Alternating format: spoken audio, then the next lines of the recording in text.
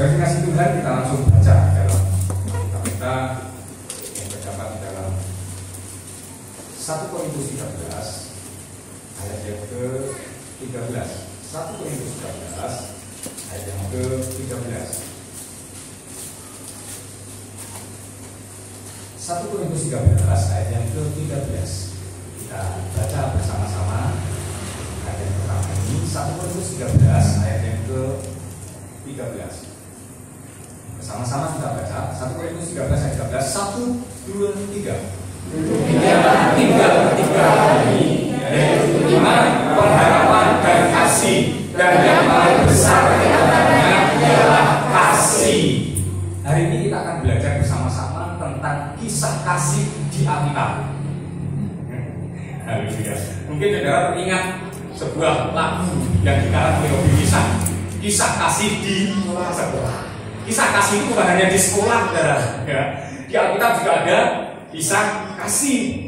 Ya. Kenapa? Karena kasih Tuhan, kasih itu adalah hukum yang tertinggi yang diajarkan dalam kekristenan. Sekali lagi, kasih itu adalah hukum yang tertinggi yang diajarkan dalam kekristenan. Simbolnya apa? Salib, yaitu kasih kepada Allah dan kasih kepada sesama. Oleh karenanya, karena kasih itu dikatakan di sini di antara yang paling tiga ini, di antara yang paling besar di antaranya adalah kasih. Ya, maka setiap kisah kasih yang tercatat di dalam Alkitab, kasih Tuhan, itu akan memiliki makna yang begitu penting di dalam kekristenan. Setiap kisah kasih yang tercatat dalam Alkitab itu memiliki makna yang begitu penting. Ya. Saya akan memberikan beberapa contoh kisah kasih dalam Alkitab. Contoh yang pertama adalah kisah kasih antara Ishak dan Ribka. Ya, antara Ishak dan Ribka. Apa yang dapat kita ambil hikmah dari kisah kasih mereka, Ishak dan Ribka? Mereka adalah pasangan yang seimbang. Mereka adalah pasangan yang sepadan, yang sama. Dari mana kita tahu? Karena kriteria Abraham untuk calon menantunya, untuk istrinya Ishak. Kita melihat di dalam Kejadian pasal yang ke-24 itu merupakan kriteria dari Abraham. Kejadian 24 ayat yang ketiga mulai, supaya aku, ini Abraham, mengambil sumpahmu. Sumpahnya Eliezer, ini bujangnya Abraham atau pembantu setianya Abraham, demi Tuhan Allah yang punya langit dan yang punya bumi, bahwa engkau tidak akan mengambil untuk anakku seorang istri dari antara perempuan Kanaan dan di antaranya aku diam. Kriteria pertama apa? Bukan orang Kanaan. Kriterianya bukan orang Kanaan. Sama dengan Ishak dan keluarga Abraham. Abraham dan keluarganya termasuk Ishak itu bukan asli orang Kanaan. Ya. Tetapi ayat yang keempat, engkau harus pergi ke negeriku kepada sanak saudaraku untuk mengambil seorang istri bagi Ishak anakku. Kriteria kedua, perempuan itu atau calon istrinya Ishak itu harus dari Ur Kasdim, dari negeri asalnya Abraham. Dari negeri asalnya Abraham. Nah, jadi dari negeri asalnya Abraham, ya, itu kasih. Kemudian ayat yang kelima, lalu berkatalah hambanya itu, yaitu Eliezer tadi, kepadanya, mungkin perempuan itu tidak suka mengikuti aku ke negeri ini. Haruskah aku membawa anakmu itu kembali ke negeri dari mana tuanku keluar? Tetapi Abraham berkata kepadanya, awas, jangan kau bawa anakku itu kembali ke sana. Kriteria selanjutnya adalah orang Ur Kasdim itu tadi mau meninggalkan tanah kelahirannya dan pergi ke Kanaan, sebagaimana Abraham pergi dari Ur Kasdim ke tanah kelahirannya itu tadi, menepati atau menggenapi panggilan Tuhan. Nah, sudah kasih Tuhan, seandainya perempuan ini tidak mau, jangan sampai Ishak anakku itu kau bawa kembali ke Ur Kasdim. Artinya apa? Artinya bagi Abraham, ketika dia telah pergi memenuhi panggilan Tuhan, itu pantang untuk kembali. Bagi Abraham itu pantang untuk kembali. Lebih baik ya dapat jodoh daripada Ishak ini harus kembali ke negerinya. Kira-kira seperti itu. Nah, tapi ternyata Ribka ini memenuhi kriterianya Abraham ini. Dia berasal dari Ur-Kasdim, ya, atau kadang Aram mungkin atau apa muasalnya dari Abraham ini. Kemudian bisa dibawa oleh Eliezer ini pergi ke Kanaan. Sehingga inilah kesamaannya, inilah sepadannya sebenarnya Tuhan.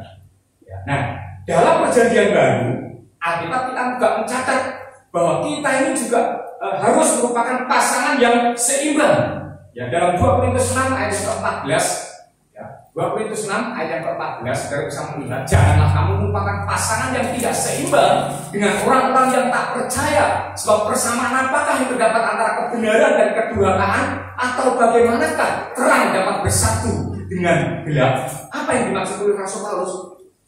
Kalau toh kita ini berpasangan, kita harus berpasangan dengan orang-orang yang seimbang. Maksud saya, maksud Rasul Paulus itu saya yakin bukan hanya yang seiman, tetapi yang seimbang di sini adalah orang yang benar-benar mengasihi Tuhan, bukan hanya sekedar orang Kristen. Kalau hanya sekedar orang Kristen seiman, itu juga belum tentu ini, karena ini adalah di mata Tuhan seimbang.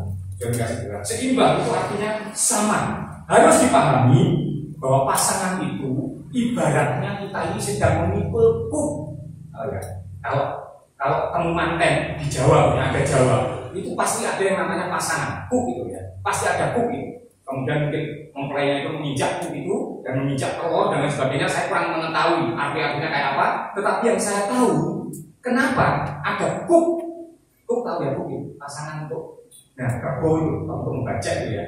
Nah itu, nah kenapa harus ada itu dalam setiap pernikahan, khususnya ada Jawa? Saya percaya maksudnya adalah supaya kedua mempelai itu bisa seiring sejalan, bisa sepadan di dalam mengelola kehidupan, di dalam membajak kehidupan di bumi ini, sehingga rumah tangganya menjadi rumah tangga yang subur, makmur, loh jinawi, kira-kira seperti itu. Kira-kira, tolong dikoreksi kalau saya salah, karena saya juga kurang mengerti tentang hal ini. Ya, sudah kasih Tuhan. Nah, untuk membajak sebuah sawah itu tidak mungkin seorang petani itu menggunakan sapi dan memasangkan sapi itu dengan kerbau. Jarang sekali, hampir tidak pernah lihat saya. Meskipun kedua-duanya ini adalah hewan pembajak, apalagi memasangkan kerbau dengan kambing. Tidak mungkin dalam membajak itu. Atau memasangkan sapi dengan kuda atau keledai, sangat tidak mungkin. Benar ya? Saudara pernah melihat itu? Kecuali kalau pengen diviralin kan ya, kucingnya dibajak mungkin ya. Sekarang ini kalau pokok viral gitu ya. Akhirnya terus hal-hal yang aneh dan lain sebagainya itu diperbuat supaya viral dan lain sebagainya. Tetapi pada dasarnya, pada intinya itu tidak pernah orang membajak seperti itu. Orang membajak itu pasti menggunakan sapi, pasangannya juga sapi. Kalau misalkan itu kerbau yang digunakan, maka pasangannya juga kerbau. Maka ketika Tuhan memerintahkan kita untuk memikul kuknya, Tuhan berkata, pikulah kuk yang kupasang dan apa? Matius 11 ayat 29, dan belajarlah kepadaku. Mengapa? Karena ketika kita memikul kuknya Tuhan, maka kita harus, mau tidak mau, kita harus mengejar keserupaan dengan Tuhan. Apa maksudnya ya? Nah, untuk menjadi serupa dengan Tuhan, kita harus belajar kepada Tuhan. Contohnya ini hanya contoh, hanya ibarat ya. Kalau kita mau jadi dokter, maka kita harus belajar kepada dokter. Betul nggak?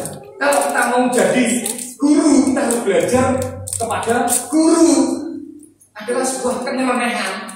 Ya, kalau seandainya kita ini sekolahnya di STIPAK, saya sempat kuliah ini, kerjanya di kasir.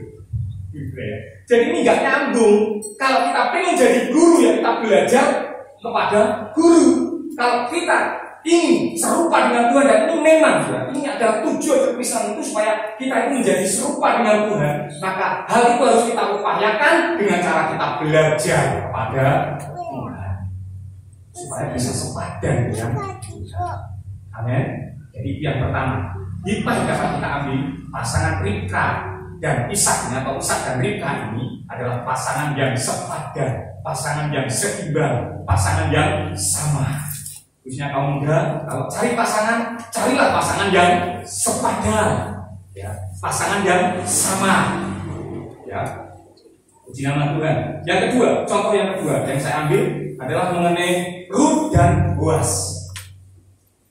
Kisah kasih Rut antara Rut dan Boaz ini, ya, pertemuan mereka berdua ini adalah buah dari kesetiaan Rut. Ya. Hikmah ini yang akan kita ambil. Jadi pertemuan antara Rut dan Boaz ini adalah buah dari apa? Kesetiaan Rut. Ya, kesetiaan Rut. Bisa dikatakan kesetiaan Rut itu adalah kesetiaan yang ajaib. Kesetiaan yang ajaib. Kenapa saya katakan kesetiaan yang ajaib? Adalah lumrah wajar kalau seseorang itu setia pada pasangannya, kepada suaminya, kepada istrinya, bahkan diucapkan janjinya itu di hadapan Tuhan dan di hadapan jemaatnya, di altar ini, di altar gereja mungkin seperti itu. Tetapi toh pada faktanya, pada perjalanan waktunya, ada begitu banyak pasangan-pasangan suami istri yang lupa terhadap janjinya di altar gereja hanya karena beda dalam cara ngotot odol. Yang satunya boros kamu ini lah, gue tidak kawan, akhirnya khusus itu akhirnya lupa karena hal-hal yang sebenarnya itu sepele. Ternyata apa? Lupa terhadap janjinya di altar gereja sehingga terjadi yang namanya apa? Perceraian, mengingkari janji. Walaupun itu wajar, setia kepada suami istri itu wajar, janjinya itu juga wajar. Kalau sudah membaca dalam Rut pasal yang ke-1, ya, ayat yang ke-16 dan 17 itu janjinya luar biasa. Rut 1 ayat yang ke-16 dan 17. Tetapi kata Rut, janganlah bersaat meninggalkan engkau, Naomi maksudnya, dan pulang dengan tidak mengikuti engkau, sebab kemana engkau pergi, ke situ juga aku pergi, dan di mana engkau bermalam, di situ juga aku bermalam. Bangsamu lah bangsaku, dan Allahmu lah Allahku. Ayat 17. Ayat 17. Di mana engkau mati, aku pun mati di situ, dan di sana aku dikuburkan. Beginilah kiranya Tuhan menghukum aku, bahkan lebih lagi daripada itu, jikalau sesuatu apapun memisahkan aku dari engkau selain daripada ini janji pernikahan, kan? Tetapi Rut tidak sedang menikah. Rut ini janji setianya ini ditujukan kepada mantan. Saya ulangi lagi, mantan mertuanya, bukan mantan pacarnya, mantan mertuanya. Ya kalau mantan mertuanya itu kaya, punya sawah ladang yang luas, mungkin bisa seperti itu. Tetapi kita melihat Naomi ini adalah orang yang sudah habis-habisan, sudah miskin, bukan hanya miskin, saking miskinnya itu tambah ken. Ya. Ini luar biasa. Tetapi kita melihat Rut, ya, Rut, dia tetap setia, dia tetap setia. Kesetiaan Rut ini tanpa tendensi apapun. Rut hanya ingin setia. Rut hanya ingin setia. Jika kita ingin setia, terlepas apakah kesetiaan kita itu pada akhirnya ada upahnya atau tidak, kita akan tetap setia. Persoalannya apakah kita ini ingin setia atau ingin itu berarti kan ada kerinduan gitu. Kerinduanku setia. Kalau aku pengen setia, gue kayaknya kopai, gak masalah. Saya sedang membuka sebuah lagu, saya berjudul Hanya Ingin Setia. Dari kisahnya Rut ini, terinspirasi dari kisahnya Rut ini. Tidak ada apa-apanya. Naomi itu tidak ada apa-apanya, sudah. Tetapi Rut ingin setia, sekalipun dia tidak mendapatkan apa-apa. Tetapi benarkah dia tidak mendapatkan apa-apa?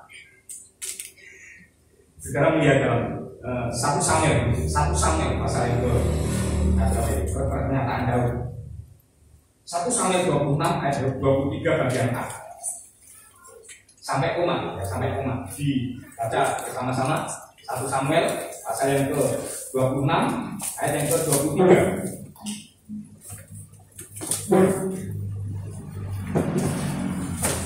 26 Pak ya, bukan 25 ya, 26. Kita baca bersama-sama 1 sampai A ya. 1, 2, 3. Tuhan akan membalas kebenaran dan kesetiaan setiap orang. Sampai di sini. Tuhan akan membalas kebenaran dan kesetiaan setiap orang. Kesetiaan setiap orang. Kalau kita melihat kisahnya Rut ini selanjutnya, begitu sampai di Betlehem, kita melihat kesetiaan Rut inilah yang membawa Rut bisa bertemu dengan Boaz. Kesetiaan Rut inilah yang membawa Rut dalam kemuliaan. Dia dimuliakan tanpa dia minta. Dia tidak meminta untuk dimuliakan dan sebagainya, tidak. Pokoknya dia ingin setia. Dan telah ternyata kesetiaannya itu tidak pernah sia-sia. Ya. Gembala kemarin tulis menyampaikan tidak ada kesetiaan itu yang sia-sia. Setiap kesetiaan kita pasti Tuhan akan menyediakan upahnya tersendiri. Pasti menyediakan upahnya tersendiri. Saudara kasih Tuhan, ini akhirnya bertemu dengan Boaz. Bahkan ketika mereka melahirkan bayi namanya Obed, ya. Bayinya itu Obed, yang memberi nama Obed itu tetangga-tetangganya. Kalau saudara baca kisah dalam Rut itu, tonggo-tonggo ini sing kayak jeneng Obed. Bahkan menurut anggapan para tetangga, oleh karena kesetiaannya, Rut ini dianggap lebih berharga daripada 7 anak laki-laki. Biasa padahal dalam agama Yudaisme, laki-laki itu berharga banget, saudara.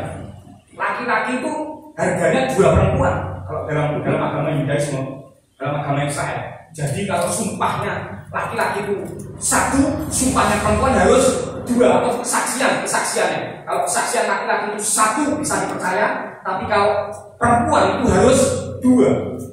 Jadi 1:2. Kalau misalkan ini dibagi perempuan semua, kalau 7 laki-laki dari berapa perempuan? 14 perempuan.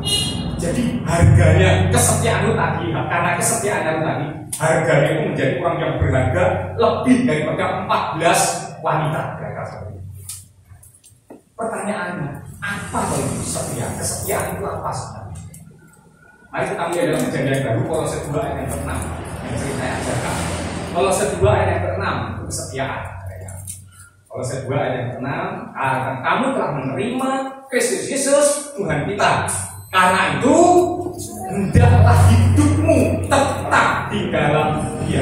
Secara alegori, secara gambaran, secara perumpamaan atau gambarannya itu bisa saya pinjamkan atau diterapkan dalam kehidupan di Rut dan Orpa.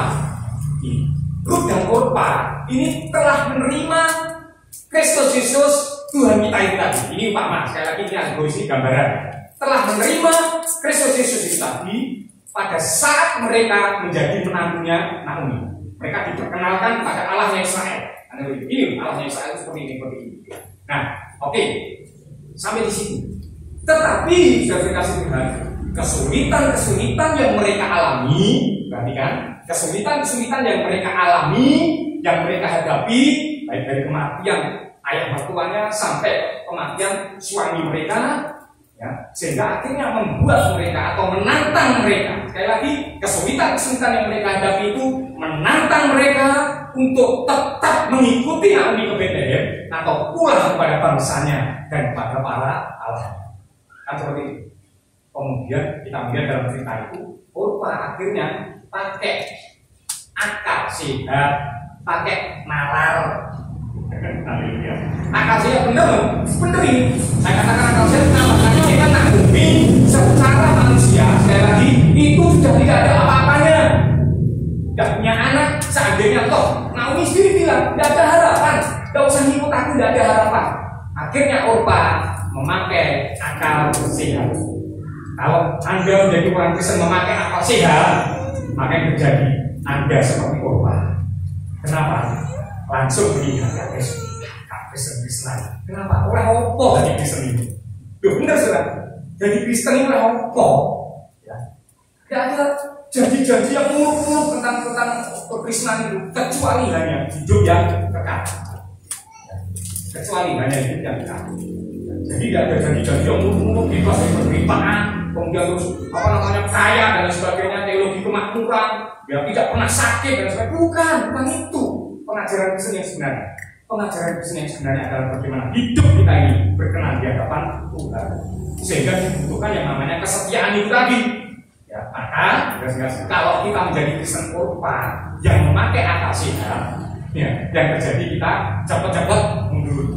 Maka jangan pernah memakai akal sehat. Gilalah untuk Tuhan. Amin.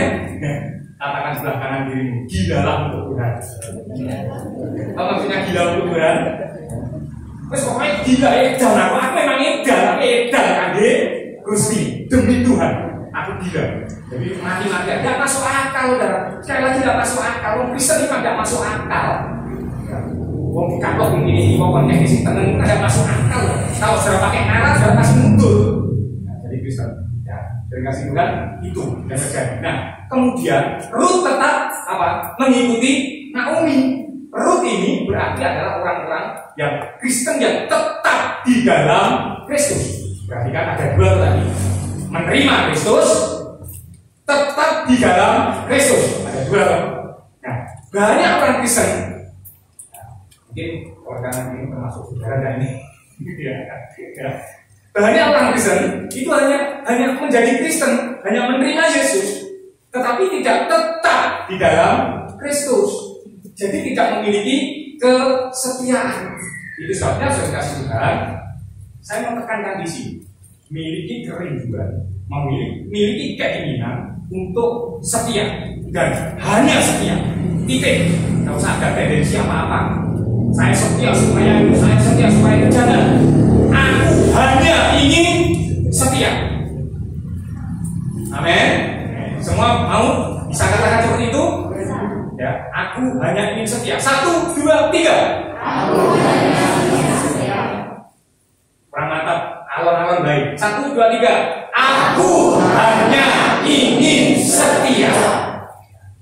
Itu ya, itu yang kedua. Hikmah yang dapat kita ambil dari kisah kasih di Alkitab. Hikmah yang terakhir, yang ketiga, yang dapat kita ambil dari kisah kasih adalah Hosea dan Gomer. Hosea dan Gomer. Apa yang dapat kita ambil dari situ? Kisah kasih antara Hosea dan Gomer ini bisa dikatakan sebagai anugerah dan kesempatan. Sebagai anugerah dan kesempatan. Kalau kita baca dalam Hosea 1 ayat 2-3, Hosea diperintahkan untuk menikahi seorang pelacur, seorang BTS. Ya. Dan pada ayat yang ketiga dikatakan Hosea ini mengambil Gomer bin Diblaim, kalau tidak salah seperti itu. Ya. Jadi bagi Gomer, ya, peristiwa ini adalah satu peristiwa yang penting di mana dia dientaskan dari lembah hitamnya pelacuran. Benar ya? Ini peristiwa penting. Diangkat derajatnya menjadi istri Nabi. Ini Hosea ini Nabi, menjadi istri Nabi. Ini hal yang luar biasa. Sekali lagi, ini hal yang luar biasa. Ini adalah anugerah yang tak terkatakan. Bukankah kita juga mengalami seperti itu? Tuhan yang luar biasa, Allah yang biasa itu turun ke bumi. Untuk apa? Untuk mengentaskan kita dari lembah kekelaman, dari lembah dosa, untuk menjadi miliknya. Kita dipilih untuk menjadi miliknya. Ini adalah anugerah. Sekali lagi, ini adalah anugerah. Tetapi saya mau katakan bahwa anugerah yang Tuhan berikan kepada setiap kita itu adalah sebuah kesempatan bagi kita untuk berubah. Anugerah yang diberikan Tuhan dalam kehidupan kita itu adalah sebuah kesempatan untuk kita berubah menjauh lebih baik. Maksudnya seperti itu. Ya. Sudah dikasih Tuhan. Kita melihat dalam Efesus pasal yang kelima ayat yang ke-16. Efesus pasal yang kelima ayat yang ke-16. Dalam terjemahan sederhana Indonesia. Waktu di situ, ya, dikatakan sebagai sebuah kesempatan. Maksud saya adalah dalam terjemahan sederhana Indonesia, supaya kamu menggunakan setiap kesempatan untuk apa? Melakukan yang baik, karena zaman ini adalah zaman yang jahat. Jadi waktu yang dimaksud dalam Efesus 5 ayat 16 itu adalah kesempatan. gunakan sebaik-baiknya. Itulah sebabnya ketika Tuhan mengampuni kita dengan sebuah pesan, jangan berbuat dosa lagi. Artinya apa? Artinya Tuhan memberi kesempatan kepada setiap kita untuk bertobat, untuk berubah menjadi lebih baik. Jadi pengampunannya itu selalu dengan pesan, jangan berbuat dosa lagi. Setiap peristiwa, setiap kejadian yang terjadi dalam hidup kita, yang kita alami, itu adalah sebuah kesempatan bagi kita untuk berubah menjadi baik. Sekali lagi, semua peristiwa yang terjadi dalam kehidupan kita itu adalah sebuah kesempatan bagi kita untuk berubah menjadi lebih baik. Dan tidak menutup kemungkinan peristiwa pandemi corona ini, melalui corona ini bisa jadi Tuhan memberi kesempatan kepada kita untuk menunjukkan kesetiaan kita kepadanya. Tahu maksud saya? Justru melalui corona ini mungkin bisa jadi Tuhan ingin memberi kita kesempatan untuk menunjukkan kesetiaan kita kepada. Bagaimana kita bisa dikatakan setia kalau tidak ada ujian? Betul ya? Jadi setiap ujian, setiap masalah, setiap persoalan, ya, dalam hidup ini adalah sebuah kesempatan untuk kita menunjukkan kepada Tuhan. Baik Tuhan, tak mengapa, aku hanya ingin apa tadi ya? Setia. Ya, aku hanya ingin setia. Itulah sudah saya kasih Tuhan kesempatan yang Tuhan berikan. Sayang sih sayang. Banyak orang melewatkan kesempatannya begitu saja. Mungkin hari ini Tuhan sedang berbicara secara pribadi dalam hidupmu. Tuhan sedang memberikan kesempatan yang baik dalam hidupmu melalui peristiwa-peristiwa yang kau alami. Hari ini saya ingin mengajak saudara untuk merespon setiap peristiwa yang saudara alami itu sebagai sebuah kesempatan untuk saudara menunjukkan bahwa aku bisa setia sekalipun mengalami banyak masalah.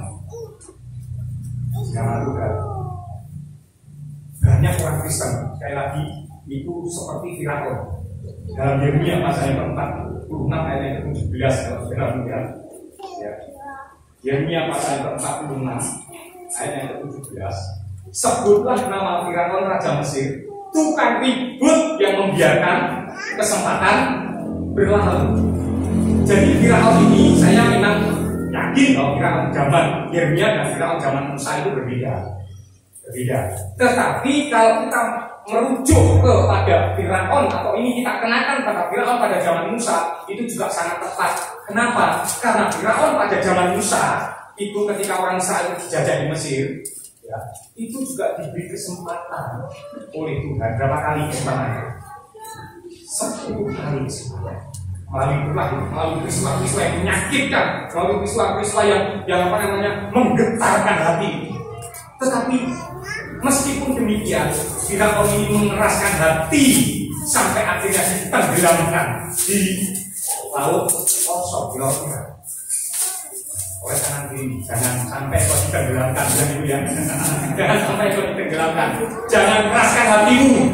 Pada hari ini jika kau mendengar suaranya, jangan keraskan hatimu. Pakai kesempatan baik-baik untuk bertobat. Selagi masih ada waktu, selagi masih ada kesempatan. Jadi sebabnya saya dikasih Tuhan, kita ini siapa? Kita ini seperti Gomer. Ya, kita ini seperti Gomer. Seringkali kita mengkhianati Tuhan. Kita seperti Gomer. Tetapi Ewosemono, meskipun demikian, Tuhan selalu mengasihi kita dan Dia mengentaskan kita terus. Ya, Dia menjadikan kita hal milik sampai hari ini. Itu semua karena anugerah, dan anugerah Tuhan itu adalah kesempatan bagi kita untuk kita berubah. Amin.